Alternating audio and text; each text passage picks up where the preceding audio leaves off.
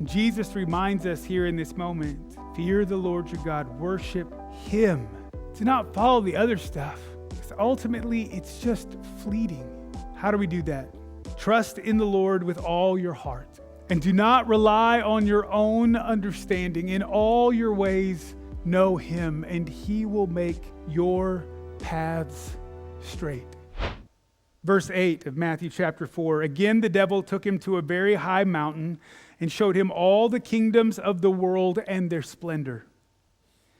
And he said to him, I will give you all these things if you will fall down and worship me. Here's something interesting. This implies that Satan has the power to do that. You ever thought about that? This implies that Satan has the power to make Jesus an earthly king.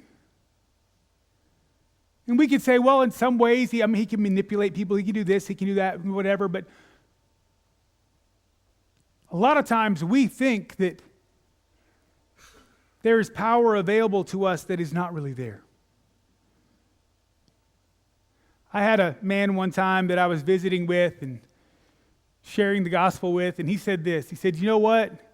He said, I think I kind of believe in this whole faith thing, this whole God thing, but I'm really not done having fun yet. So here's the deal. When I'm done having fun, I'll come to Jesus. Because in his mind, Satan was the one who could offer him fun. The world was the thing that could offer him fun. The church, Jesus, that's not fun. That's rules, that's restrictions, that's all these things that he saw in his mind. I want you to know, following the way of the world is not fun. It's nothing but bondage. The way of Christ is freedom. What's interesting is that when we walk in the way of Christ, the things that used to be fun for us are not nearly as fun anymore. There's a new thing that is birthed within us. There's a new joy that comes from following him.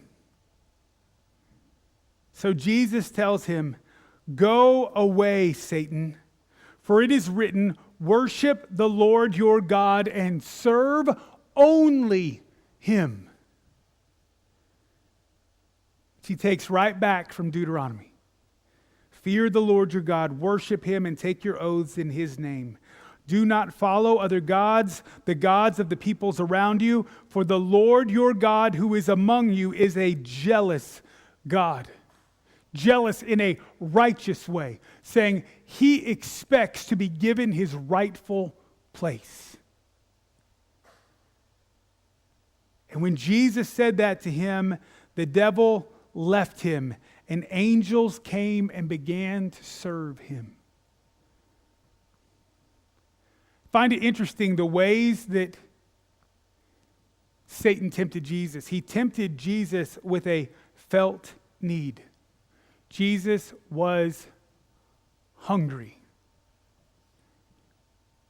And he tempted him with food.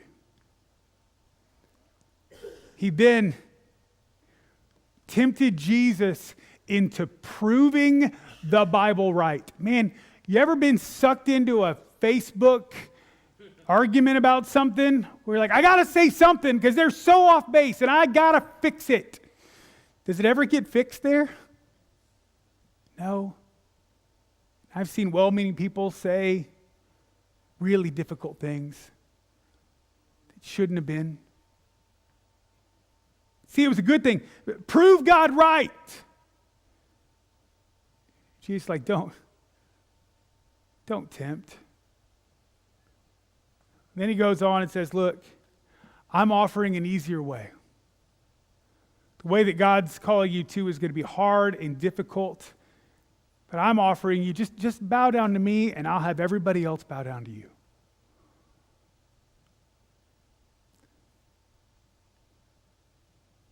Jesus responds by saying, fear the Lord your God, worship him and take your oaths in his name. Do not follow other gods, the gods of the people around you. For the Lord your God, who is among you, is a jealous God. Now, my translation does something that's very helpful to me. Because the word God or gods is used a lot in that little passage. But there's a big difference between the way the words are written. Anytime it is referencing God the Father, the one true God, it is capital G, God. And anytime it's talking about anything else, it's lowercase g, God. Because see, there are lots of things that we have made gods in our life. Some of us have made our work our God. Some of us have made our position our God. Some of us have made our families our God. Some of us have made our pocketbook our God. Some of us have made our influence our God. Some of us have just looked for something, anything that might be different than what we have right now. So anything that comes along, we make it a God. It's got to be better than this. And Jesus reminds us here in this moment, fear the Lord your God, worship Him. Do not follow the other stuff. Because ultimately, it's just fleeting. How do we do that? Trust in the Lord with all your heart.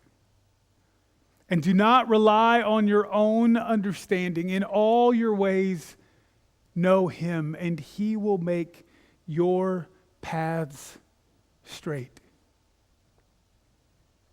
We serve a God that when we give all to Him, He leads us every step. The worship team's coming up right now to get ready to lead us in one final song. And here's what I would like for us to do. I would love for you to think, just where you're seated right now, what are the things that I am struggling giving to God? What are the things that I've made a little g God in my life? And why am I allowing it to have power over me? And do I know God's word? Is it in my heart in such a way that when I am tempted by it, I have an answer? That when I struggle with it, I have a response?